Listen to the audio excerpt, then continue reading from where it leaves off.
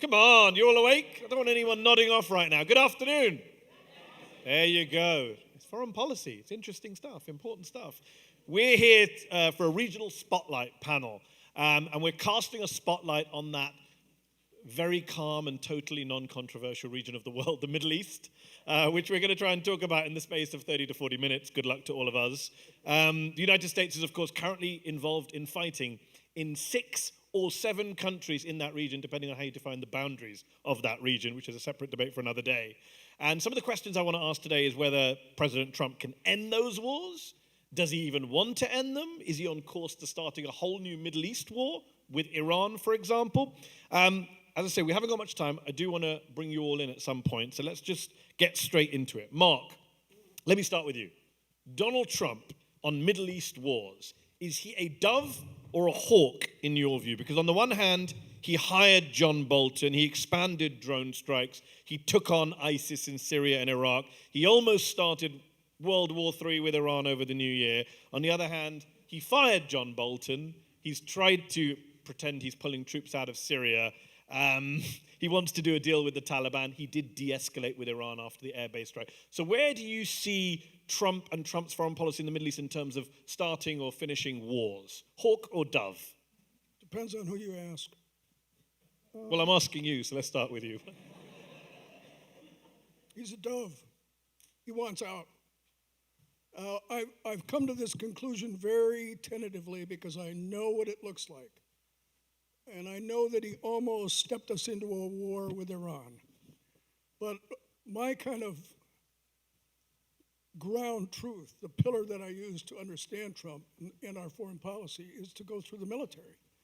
And what I've noticed over the last 2 months is that Trump's popularity in the military has remained the same. That is to say, they voted overwhelmingly for him in the last election, and his popularity among the military retains real strength. This is in the face of the Gallagher pardon, publication of books that say he called his generals, that he called them bumblers, that he is ignoring what they have to say, that he's eroding their readiness by taking money out of their budget for a border wall. All of these things are a negative. All of these things should probably turn the military against him, and yet that's not happening. So my question over the last 2 weeks in preparing an article I'm writing on this subject is to ask the military why that is. And the answer I've received from senior military officers is because he wants us to get us out of these wars. How do you square that, Mark, with the fact that casualties and airstrikes have gone up in pretty much every single Middle East and non-Middle East conflict that Donald Trump inherited from Barack Obama? Casualties have gone up. There have been more civilian casualties in Afghanistan over the last year than in the last several months than there have been over the last year. But American casualties have gone down. I noticed yesterday there was a conference on the U.S. and the Middle East. I kept hearing the word, what we need is a military policy in the Middle East that is sustainable. Whenever I hear the word sustainable used by anybody, I hear that means you want to stay in. If you talk to military officers about the Middle East, they don't say sustainable. They say we've either got to have a small footprint, they stay away from the word sustainable, or we've got to get out. But if you talk to enlisted personnel, which voted 2/3 of enlisted personnel in the U.S. military voted for Donald Trump, they retain popularity for him and support for him because they want out, because they're tired of the serial deployments. If you want to know where the U.S. is going in the Middle East, look at the military. Jerry, number one, do you agree with that perspective in terms of Donald Trump, Middle East hawk or dove? And let me just throw in another kind of data point for you. You were ambassador, obviously, under Barack Obama in Yemen prior to the Saudi-led conflict in that part of the world. In Yemen, Donald Trump, we don't talk about it very often, but one of the few vetoes he exercised was to prevent an end to U.S. involvement in that conflict. So where do you stand when it comes to Donald Trump's take on Middle East wars and what the role of the U.S. should be in both pre-existing wars and new ones? I agree with Mark, but I agree with Mark partially for what he said and partially for what he didn't say. I think that Donald Trump is neither a hawk nor a dove. I think Donald Trump is a guy who's got his finger in the wind and who's looking at what the American people want, and he is going to do his best to try to achieve what he thinks that the American people want. And so when he says that he wants to get out of Middle East conflicts, he's not saying anything that Barack Obama didn't say. Barack Obama pursued exactly the same policy for exactly the same reason. But Trump is going to do more to try to achieve that in Afghanistan, for example, than Barack Obama did. When he responds to provocations in Iran, he's responding not because of what his attitude is about Iran. We know that Donald Trump would love nothing more than to be able to sit down at the table with the Iranians because he thinks he can get a deal from them. But he's responding to what he believes the American people will perceive as his weakness if he doesn't respond to Iranian provocations. And so I think that what you have to do when you're thinking about Donald Trump's Middle East policy is to think about what is Donald Trump's domestic policy. Everything that he's doing there is a reflection of what he thinks is going on here. Sarah Lee, when you look at 2016, Barack Obama's last year in office, and you look at 2020 today, 3.5 years later into this Trump term, you look at the Middle East specifically, has US involvement in that region made things better, worse, or no real difference? Well, I think there's been a remarkable maintenance of the status quo to a certain extent. For example, with Yemen, other than ending refueling of Saudi flights, there has been a continued posture of supporting the Saudi-led coalition's bombardment of Yemen. And with the collapse of the minimal peace talks, the airstrikes have resumed to a great degree. And there has been continued strong unquestioned support of President Sisi. While the Obama administration may have been verbally more critical, the posture of providing military assistance didn't really change, and there was no conditionality because it was waived every time it was proposed. Certainly with Israel-Palestine, it's a great deal worse, one could say, in terms of Trump actually taking actions that reveal a very one-sided U.S. posture to the Israeli-Palestinian conflict. But one would say it's just really a more transparent policy that does away with the niceties of prior administrations of espousing and saying things that sound like they might be supportive of Palestinians, but in the end supporting and continuing to fund endless Israeli expansion into the West Bank. And with troops, the numbers have only gone up. I mean, there was a lot of talk about withdrawing troops from Syria, but they were shuffled around for, all that Trump did is just give a more nefarious reason for the U.S. to remain there, which is to steal Syria's oil. And now, of course, we have a promised dramatic escalation of U.S. troops in Saudi Arabia 17 years after they withdrew from there. But America's getting paid for those troops. Yeah, so I mean, that's why Has anyone found the bank account that he said? Didn't he say $1 billion or something has been paid to us already? The curious thing about this is that the Saudis have paid us for our presence for about 50 years now. There's absolutely nothing new about the idea that the Saudis or the Kuwaitis or any of the Gulf states reimburse us for our military deployments. They always have, they always will. Yeah, I mean, I think that's why I don't really think it's a question of whether he's a Trump or a Dove. I think he's just more nakedly self-interested and mercantilistic about the presence of the United States in the Middle East. And if it's a losing proposition and there's nothing to be gained, maybe like Syria or Afghanistan, sure, let's get out. If it's a profit-making venture and may advance his re-election or other interests, let's send him in. I mean, one important point I think is always worth mentioning at events like this, especially in Washington, D.C., and I'm going to ask you this question, Jerry, because you're the most recent person who served in the U.S. government, or the only person who served in the U.S. government on this panel. When you have a president who basically doesn't know anything about these regions, how does that affect policy? Are you able to shield policy making on key strategic issues like which war do we support, where do we send troops, which leader do we back and not back, when you have a president who thinks, Nepal and Bhutan and nipple and button. I mean, what do you do in that scenario where, we all know, everyone in this room knows he couldn't identify most of the countries in that region on a map, to use a Mike Pompeo tactic. What do you do? Serious question. We laugh, and we should laugh. It's ridiculous. But also in a serious moment, what do you think, what are your colleagues, former colleagues in Middle East policymakers, what do they make of this? Well, I think that you have two problems here. One is that Donald Trump doesn't know anything, and the other thing is that Donald Trump doesn't understand that he doesn't know anything. And so the serious issue isn't so much that he is a novice at these issues. I mean, after all, again, Barack Obama was a novice at these issues. George Bush, not the father, but the son. So the idea that people are coming to these issues de novo is not in itself a problem.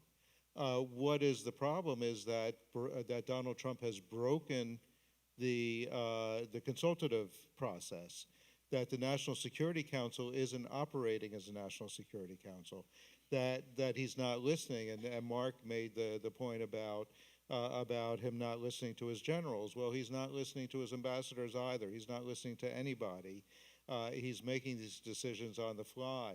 I think he is making these decisions based on whatever is best for him personally or his family. And that's where the problem is. The problem isn't that he doesn't know, it's that he doesn't care that he doesn't know, and he's not listening to anybody who does know. And of course, he makes George W. Bush look like Bismarck. Trump might be gone next year. So let's broaden the conversation out in this town about people who make policy about the Middle East. We had a Democratic presidential debate last night where we had a rare moment of discussion about a few foreign policy issues. We hear a lot from the Democratic candidates about the need to end the endless wars. Is that realistic? Is that something you welcome?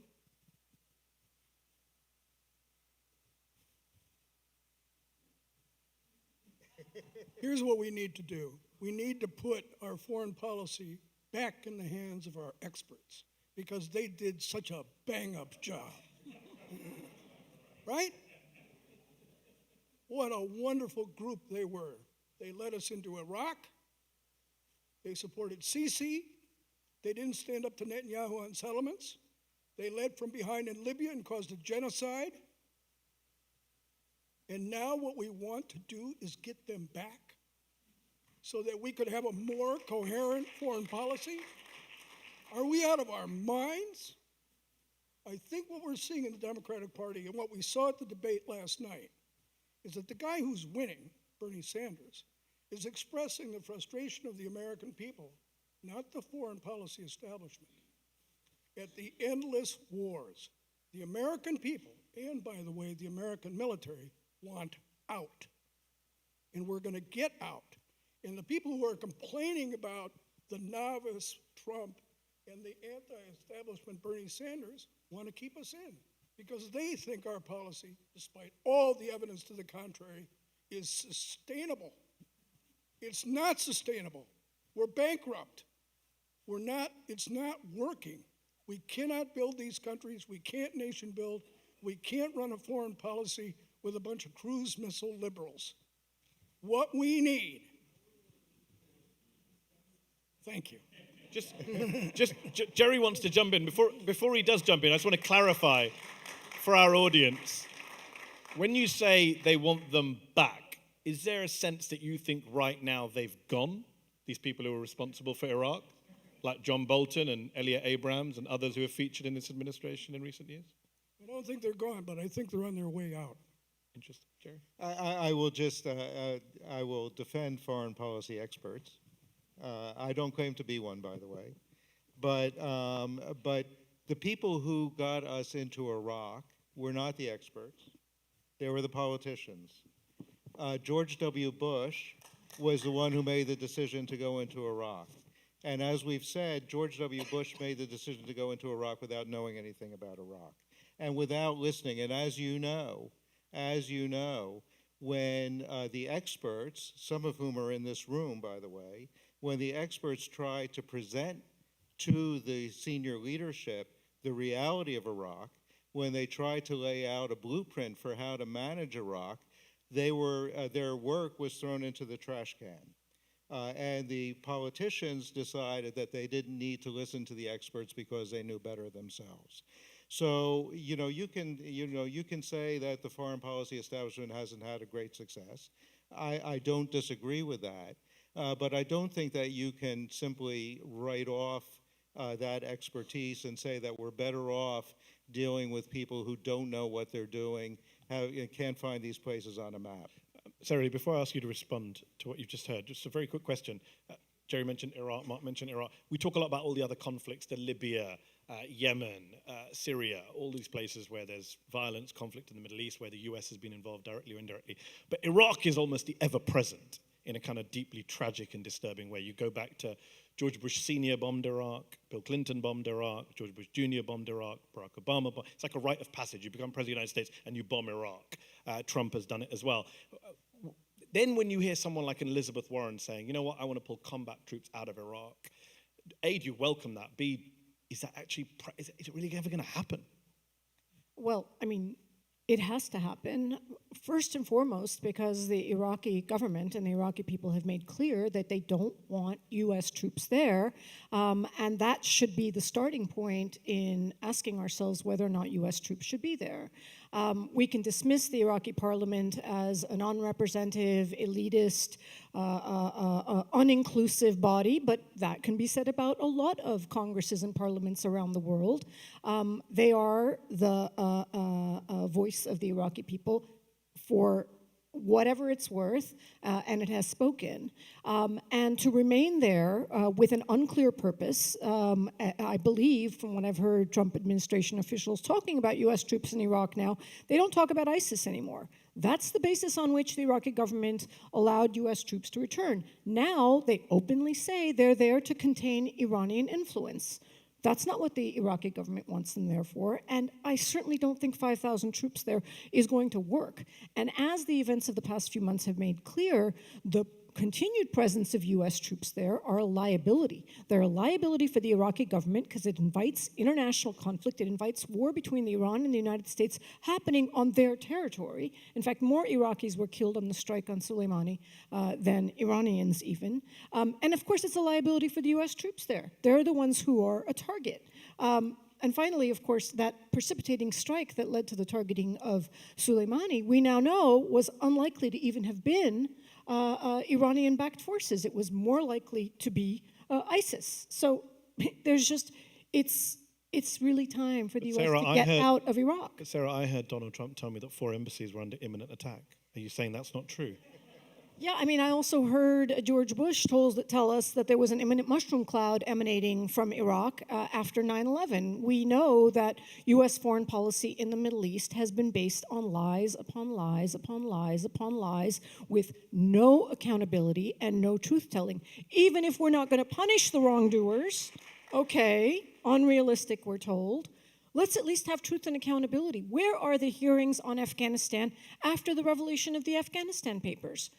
There's not even an effort to hold the people who told us lies and lies and lies, costing not only the lives of Afghanis, but our own sons and daughters. No accountability whatsoever. I do want to talk about Afghanistan, so let me just quickly bring in Jerry, because you were in the Obama administration. The Afghan papers cover portions of that administration. We now know from these papers that the Washington Post got that U.S. experts in government were not telling the truth, either internally to their bosses or externally to the press about what was going on in Afghanistan. That's fair to say, isn't it? I think, a senior military officer once said that there is a standard kind of arc of all of the commanders that we've had in Afghanistan, which goes, they arrive in their position, they look around and say, oh my God, this is terrible, I don't know how we're going to manage here. This is going to be just a disaster. They work through their tour, and as they're leaving, they're saying, "We turn the corner. Everything is going to be fine. We're on the verge of achieving victory." And then the next commander comes in and says, "Oh my God, what a disaster this is! I don't know how we're going to, to deal with this." So, did they lie? I don't think that they lied.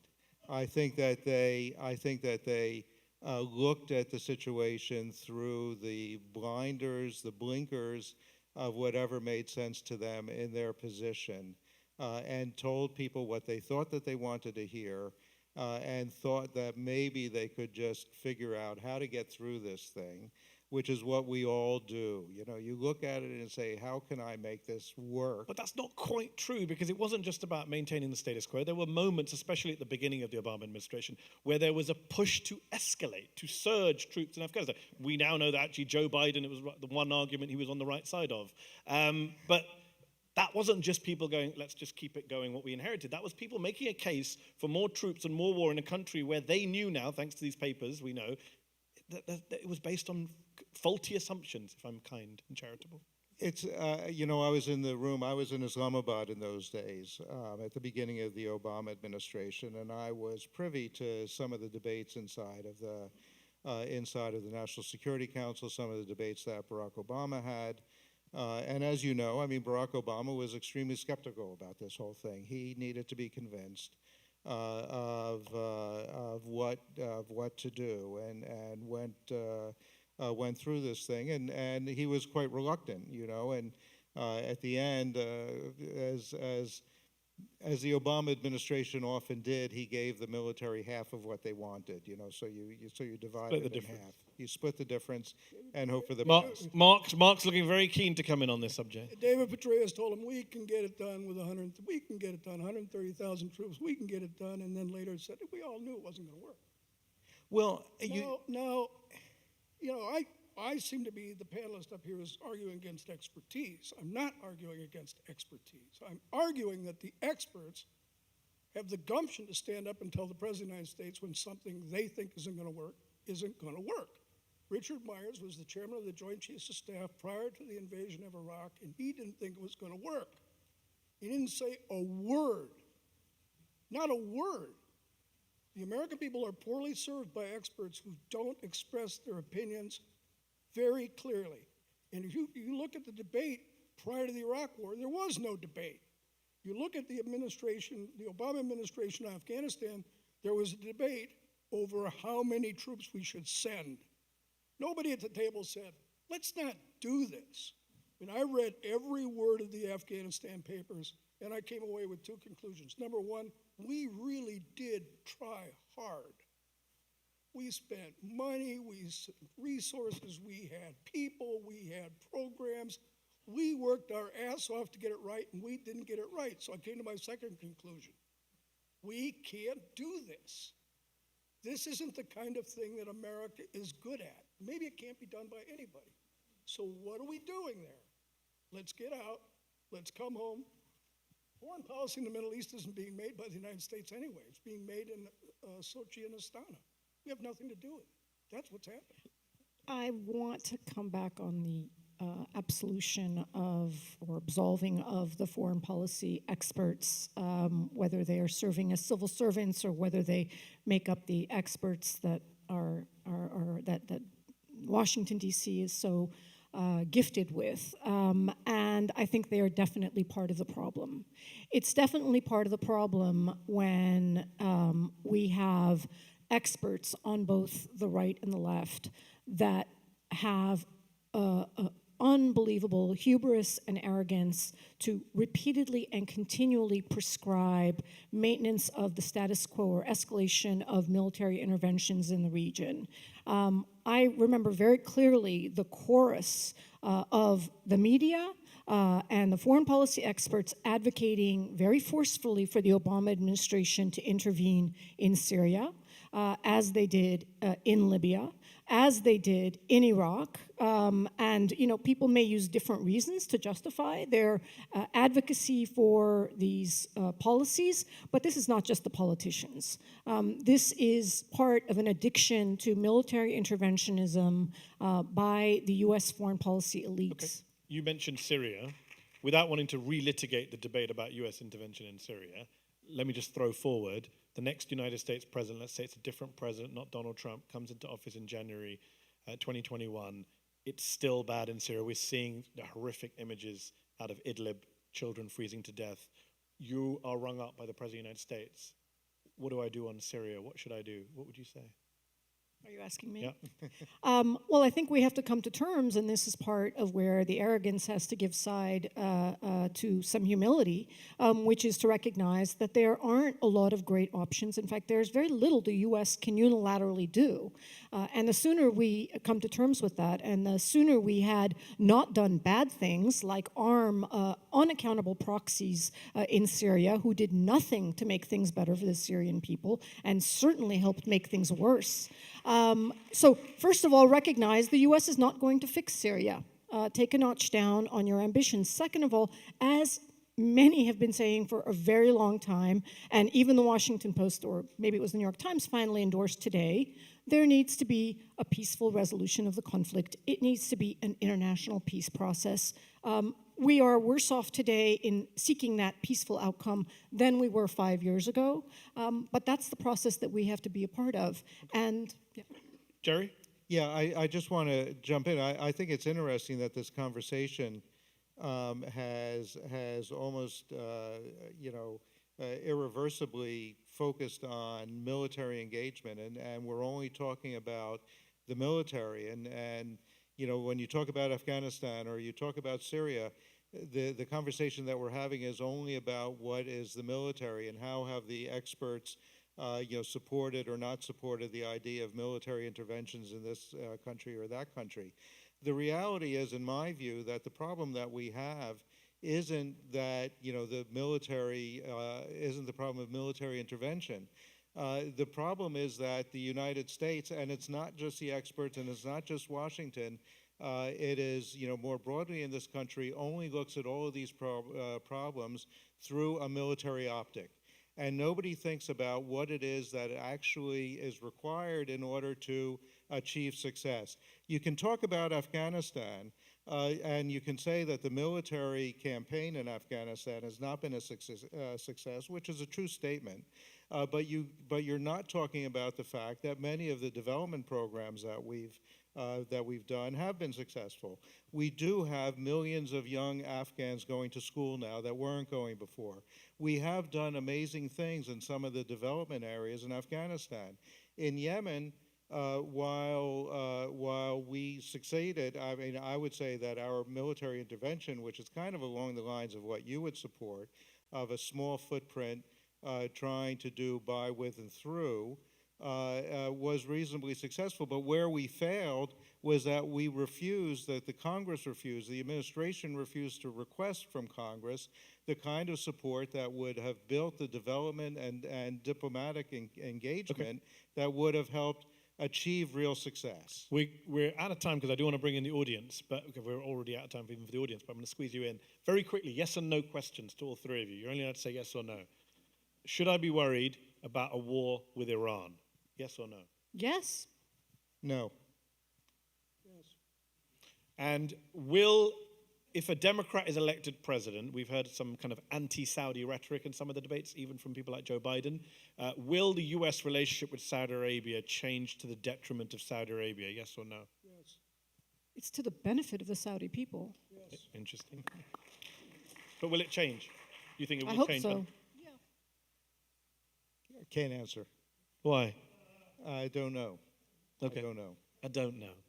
Okay, I'm going to throw it open to the audience. We're way over on time, so please keep it very short. I'm going to take 3 questions in a go and see how quick you all are. Gentleman there with that hat on. Good afternoon, Martin Moulton, DC Libertarian Party. Speak up. Martin Moulton, DC Libertarian Party, I'm sorry. For Gerald Feierstein, here in the nation's capital, in the home of the Department of Education, black males' literacy rates are about 40%. So why are you concerned about people in other countries and using our taxpayer dollars to fix problems in other nations? Okay. Barbara? Okay.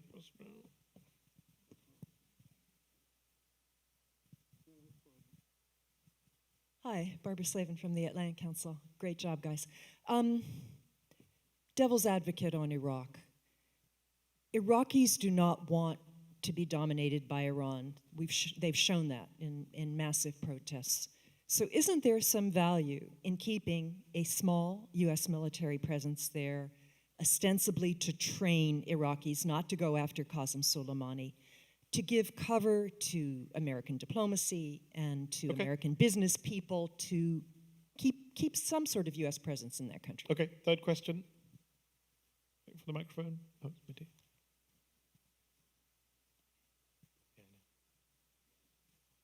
Medea Benjamin, Code Pink. This is for Gerald Feierstein. Do you think the Saudis are responsible for most of the civilian casualties in Yemen? And if so, why did you advocate for the sale of weapons to Saudi Arabia and the Emirates? And why does your institute take money from the Gulf? Okay. Do you want to start with that one? Do you want to deal with that one first? The relationship of the Middle East Institute with the Gulf states has nothing to do with anything. I advocated for sustaining our security relationship with Saudi Arabia and the UAE. I did it when I was in the State Department. I continue to do it because I think it's the best. It's best for U.S. national security interests. You don't have any regrets after seeing what happened in Yemen on the ground with those weapons? No, because while I think that you can certainly criticize the implementation of the Saudi military campaign in Yemen. I think that there's an unfortunate tendency, there's a narrative in Washington which is wrong, which holds Saudi Arabia responsible for the conflict in Yemen, and they're not. The Houthis are responsible for the conflict in Yemen, and you have to look at them for what's happened. Okay. Since you have the microphone, do you want to take the other question from the gentleman there about education here versus education abroad? You know, I am absolutely sympathetic to the idea of needing to spend more on education for the young people in Washington, D.C. The issue is that problems abroad tend to become problems at home, and therefore, if you want to address, the concerns about what's happening overseas about U.S. security, then you need to address those problems as well. We don't live in a vacuum. Okay. Do you want to deal with Barbara's question about Iraq and troops? Sure. I mean, first of all, in terms of Iraqis, I think that Iraqis can try to avoid and discourage Iranian influence in the country. But they actively sought that influence and support, particularly in the war against ISIS. I think you can ask many Iraqi politicians who say that there was a but-for relationship in terms of winning against ISIS. It wasn't just about the anti-ISIS coalition. It was the Iranian-backed troops on the ground who, of course, took the most damage. In terms of the U.S. training Iraqi troops, I mean, if I had $1 for every page that I documented at Human Rights Watch of U.S.-trained Iraqi forces committing heinous abuses in Iraq against the Iraqi people, I'd say it just hasn't worked. And I think, in fact, that the U.S. is largely out of the Iraqi troop training practice and has sort of passed it on to the Italians. Maybe they can do a better job. Okay. Mark, do you want to come in, or should we try and squeeze in a couple more audience questions before we get kicked off the stage? Gentleman there with his hand up. Lady here in the black top. And gentleman here in the front. Keep them short, questions short, answers short. Thanks for coming back here with Muslim Public Affairs Council. Question regarding Iraq and possibly to Yemen and all the other nations where foreign policy involves the United States. Does the United States really take into consideration what those populations want the United States to do in those countries, or is it just based off U.S. interests? Okay, good question. Just up here, row ahead there. Yep.